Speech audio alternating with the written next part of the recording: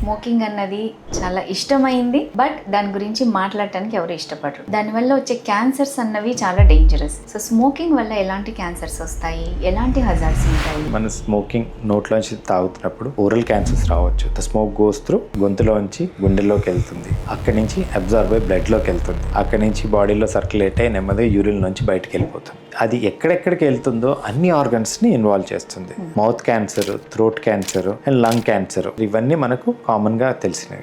Apart from smoking ఏమవుతుంది అంటే అన్ని బ్లడ్ వెజల్స్ అంటే రక్తనాళాల మీద ఎఫెక్ట్ పడుతుంది, దానివల్ల హార్ట్ మీద ఎఫెక్ట్ పడుతుంది, బ్రెయిన్ స్ట్రోక్ రావడము. ఇదే స్మోకింగ్ వల్ల రక్తనాళాలు మూసుకుపోయి కిడ్నీకి బ్లడ్ సప్లై తగ్గిపోవడము, కిడ్నీస్ ఫెయిల్ కావడము and infertility, both male factor infertility and female factor infertility రెండింటికి కూడా smoking is one of the reason. అది మన బాడీలో ఎఫెక్ట్ కానీ ఆర్గాన్ అనేది లేదు అంటాం. అందరికీ తెలుసు స్మోకింగ్ వల్ల ఇవన్నీ జరుగుతాయని. ఇంతమంది తాగుతున్నారు ఏం కాలేదు నాకు వస్తుందా అని, వాళ్ళకి వచ్చేంత వరకు కూడా తెలియదు. That is the same thing everybody thinks.